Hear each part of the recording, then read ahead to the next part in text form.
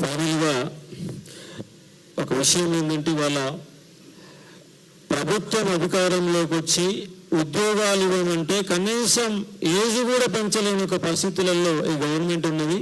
ఇక్కడ తక్షణమే GO number 30ని సవరించి 34 సంవత్సరాల నుంచి 46 సంవత్సరాలకు మీరు గతంలోనే ఇచ్చి ఉన్నారు, దాన్ని ఎక్స్టెండ్ చేయమని డిమాండ్ చేస్తున్నాం. ఇంకోటి ఏంటంటే, గవర్నమెంట్ అధికారంలోకి వచ్చినాక ఏ ఎగ్జామ్ కూడా మీ ఫీజు తీసుకోకుండానే అప్లికేషన్ తీసుకుంటామని చెప్పారు. ఇవాళ పొల్యూషన్ కంట్రోల్ బోర్డులో అన్ని ఉద్యోగాలకి 1000 రూపాయలు ఫీజు తీసుకుంటా ఉన్నారు. 200 కూడా తీసుకోమని చెప్పిన వాళ్ళు ఇలా 1000 రూపాయలు తీసుకుంటున్నారు. ఎగ్జామ్ ఫీజు కూడా చాలా పెంచారు. ఈ కాంగ్రెస్ గవర్నమెంట్ అధికారంలోకి వచ్చినాక నిరుద్యోగులకు ఏమీ చేయలేదు. ఇది ఉన్నటువంటి వాస్తవం. రేపు రాబోయే నోటిఫికేషన్లో ఉన్నటువంటి ఎస్ఐ కానిస్టేబుళ్ళకి ఖచ్చితంగా కానిస్టేబుల్కి గతంలో ఇచ్చిన మాదిరిగా 32 సంవత్సరాల ఏజ్ రిలాక్సేషన్ ఇవ్వాలి, 32 ఏళ్ళ వరకు అప్లై చేసుకునే అవకాశం ఇవ్వాలా. ఎస్ఐకి 35 ఏళ్ళ వరకు అవకాశం ఇవ్వాలి. గతంలో ఇచ్చినటువంటి నిబంధనలు కొత్తగా ఇచ్చేదేం కాదు. అదేవిధంగా వచ్చే గవర్నమెంట్కు వచ్చే నోటిఫికేషన్ చూడాలి.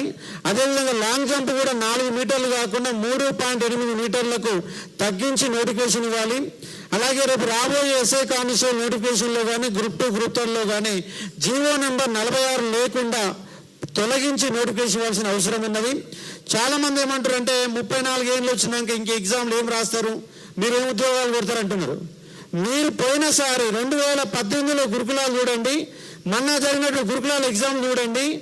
దాదాపు మహిళలు 80% మంది మహిళలు గురుకులాలలో ఉద్యోగం కొట్టినటువంటి 80% మంది మహిళలు అందరూ 35-40 ఏళ్ళకు పైన ఉన్న వాళ్ళే ఉద్యోగాలు కొట్టారు. ఉద్యోగం కొట్టడానికి ఏజ్ అనేది అడ్డంకు కాదండి. ఎందుకంటే ఇవాళ నోబెల్ బహుమతులు పొందే వాళ్ళందరూ కూడా 60-70 ఏళ్ళ తర్వాత నోబెల్ బహుమతులు పొందిన వాళ్ళు ఉంటారు. కానీ 60-70 ఏళ్ళు మేము అడగట్లేము. కానీ 34 ఏళ్ళ నుంచి 46 ఏళ్ళ వరకు ఖచ్చితంగా పెంచాల్సిందే.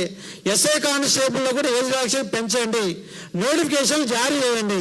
2.5 సంవత్సరాల నుంచి ఒక్క నోటిఫికేషన్ ఇవ్వకుండా కాలం గడుపుతూ నిరుద్యోగులను పట్టించుకునే విధంగా ఈ గవర్నమెంట్ తయారైంది. కాబట్టి మేము మహా ఉద్యమానికి పిలుపునిస్తాం.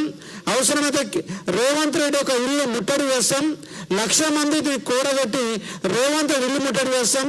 ఆయన అసెంబ్లీ ముట్టడి చేసినాం, సెక్రటరీ ముట్టడి చేసినా. ఏమైనా ఈ గవర్నమెంట్కు దున్నపోతు మీద వర్షం కురిసిన మాదిరిగా ఉంది తప్ప పట్టించుకునే పరిస్థితి కనబడతలేదు. నిరుద్యోగులు కూడా ఐక్యంగా మారాల్సిన అవసరం ఉంది. ప్రతి నిరుద్యోగులు కూడా ఐక్యంగా మారితేనే. ఎందుకంటే మొన్న రాష్ట్ర రోడ్డు రవాణా ఆర్టీసీ డిపార్ట్మెంట్లో 2 రోజులలో వాళ్ళకు ఇచ్చినటువంటి డిమాండ్స్ నెరవేర్చుకున్నారు.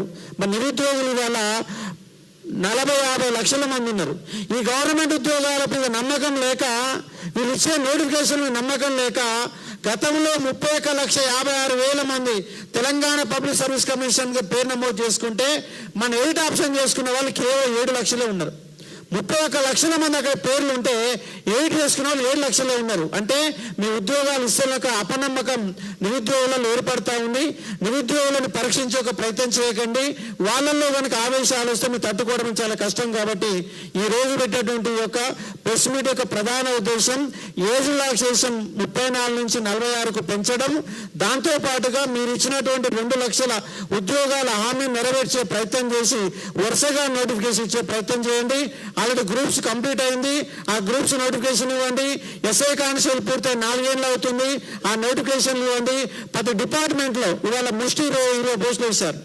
పొల్యూషన్ కంట్రోల్ ఇచ్చిన ఉద్యోగాలు కేవలం 20 అప్లికేషన్లు ఎన్ని వస్తాయంటే 20,000 అప్లికేషన్లు ఇస్తారు.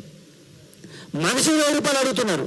ఇలా 2 కోట్ల రూపాయలు తెలంగాణ పబ్లిక్ సర్వీస్ కమిషన్కి ఫీజుల రూపంలోనే వస్తాయి. తెలంగాణ పబ్లిక్ సర్వీస్ కమిషన్ కూడా నిరుద్యోగులు పట్టించుకోవడం లేదు. మేము మన టీఎస్పీసీ పోతే కనీసం పట్టించుకునే పరిస్థితి కూడా కనపడలేదు. ఒక డస్ట్బిన్ లాగా మార్చారని మేము క్వశ్చన్ చేసి దాన్ని మొత్తంగా రిపేర్ చేసి బాగా చేసి ఒక ప్రయత్నం చేశారు. కాబట్టి ఖచ్చితంగా మన నిరుద్యోగుల యొక్క ఇచ్చిన హామీలు నెరవేర్చాలని ఈ యొక్క మీడియా సమావేశం యొక్క ప్రధాన ఉద్దేశంగా చెప్పవలసుకున్నాం. ఈ సమావేశానికి వచ్చి మా యొక్క సమాచారాన్ని ప్రభుత్వం చేరే విధంగా ప్రయత్నం చేసిన